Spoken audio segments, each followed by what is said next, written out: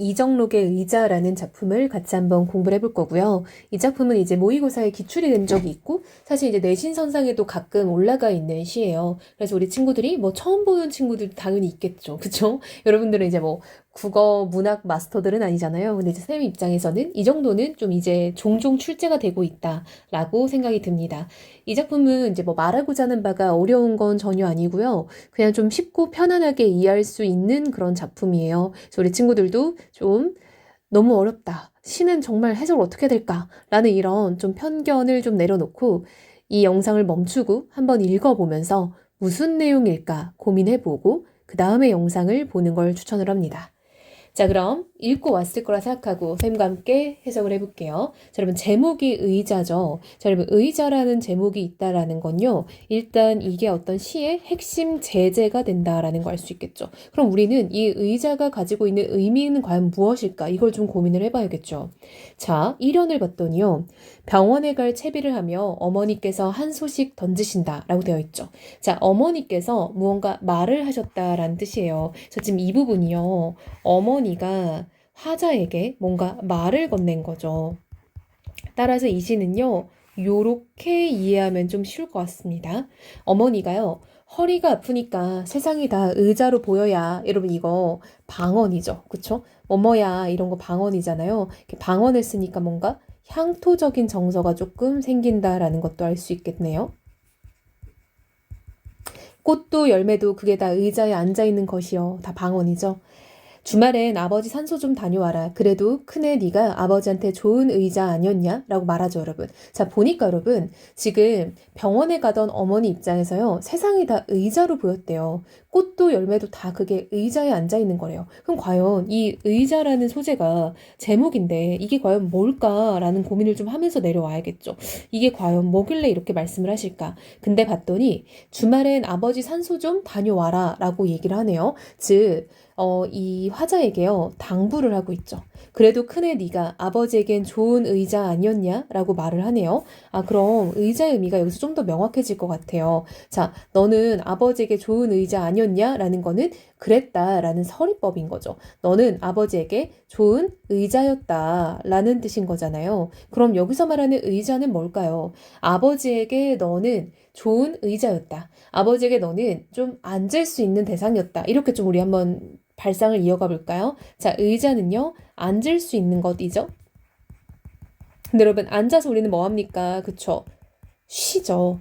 즉, 쉼을 준다라는 느낌이네요. 한마디로 내가 쉬어갈 수 있는 존재, 이런 느낌이겠죠. 그쵸? 쉬어가는 어떤 곳, 그쵸? 쉬어가는 대상, 이런 느낌이 되겠죠? 아, 한마디로 이 의자라는 의미는요, 이 작품에서 쉬어가는 곳 혹은 나에게 어떤 의지가 되는 곳, 이런 느낌이라고 볼 수 있겠죠. 그럼 어머니께서는 아프다 보니 세상이 다 좀 쉬어갈 수 있는 곳, 의지할 수 있는 곳으로 보인다라는 거예요. 꽃도 열매도 이런 자연물들도요, 모두 다 쉬어갈 수 있는 어떤 것을 가지고 있다라는 거죠. 이따가 침 맞고 와서는 참외밭에 지푸라기도 깔고 호박에 또아리도 받쳐야겠다. 그것들도 식구인데 의자를 내줘야지 라고 해서 여러분, 어머니는요 이제 병원에 갔다 와서는 참외밭에 지푸라기를 깔아주고 또아리를 깔아줄 거라고 지금 얘기를 하고 있죠. 이런 게 다 의자 역할을 한다라는 거죠. 자, 어머니는요 참외밭, 호박 이런 것들도요 다 식구라고 생각을 한대요. 그쵸? 약간 어머니였던 친근함의 그런 대장들인 거 알 수 있고 뭔가 좀 자연물이라고 하더라도 조금 애정을 가지고 있다라는 걸 알 수 있겠죠. 싸우지 말고 살아라 라고 이제 또 당부를 하고 있네요. 어머니의 당부죠. 결혼하고 애 낳고 사는 게 뭐 별거냐? 별거 아니라는 거죠. 그늘 좋고 풍경 좋은 데다가 의자 몇 개 내놓는 거요 라고 하는데요. 자, 여기서 말하는 의자라는 거는 어떤 다른 존재에게 쉼이 되는 것, 의지가 되는 것, 이런 느낌인 거죠. 즉, 결혼하고 애 낳고 사는 건요, 그냥 서로가 서로에게 의지가 되는 것 아니겠냐라고 지금 이야기가 끝나고 있죠. 자, 여러분, 이 작품은요, 되게 좀 특이한 기법이 사실 우리가 모든 시에는 화자가 존재하죠. 근데 이 작품은요, 사실 화자가 분명 존재합니다. 그쵸? 근데 이 화자라는 존재는 여러분, 어머니의 어떤 자식으로 지금 표현이 되어 있죠. 그쵸? 큰애라고 되어 있죠. 어머니의 뭐 큰 자식인가 봐요. 뭐 딸일 수도 있고 아들일 수도 있겠죠. 한마디로 화자는 그 어머니의 자녀로 따로 설정이 되어 있는데요. 실질적으로 이 화자가 하는 말이 아니라 화자가 어머니의 말을 옮겨서 지금 이야기를 하고 있는 거죠.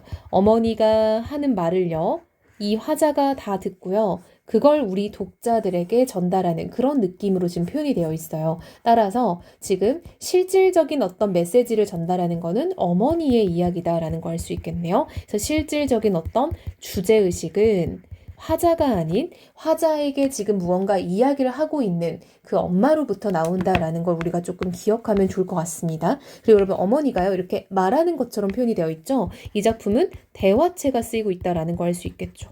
엄마가 말하는 느낌을 지금 주고 있고 청자는 분명 화자죠. 그쵸? 그래서 이 화자는 사실 이 시의 화자이면서도 어머니의 말을 듣는 어머니 입장에서는 청자가 되는 거죠.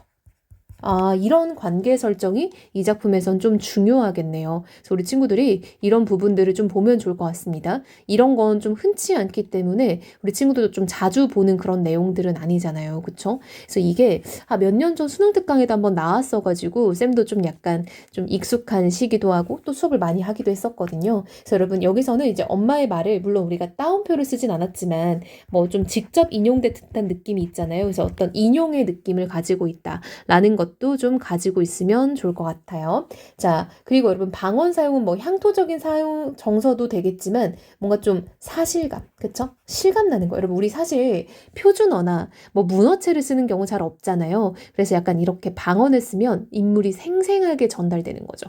그래서 진짜 어떤 할머니가 옆에 와서 얘기해주는 느낌이 드는 거죠. 그래서 우리 친구들이 이런 어떤 이 작품에 쓰이는 기법들에 대해서도 조금 더 관심을 가지고 정리하면 좋을 것 같습니다. 그럼 여러분 이 작품의 주제는요, 뭐라고 정리하면 좋을까요? 그쵸? 서로가 서로에게 어떤 휴식이 되고 배려가 되는 그런 삶의 자세를 얘기하는 거겠죠? 그래서 이 작품의 주제는 서로에게 배려가 되는 배려하는 삶이라고 정리할게요. 배려하는 삶의 중요성, 이 정도를 정리하면 좋을 것 같습니다.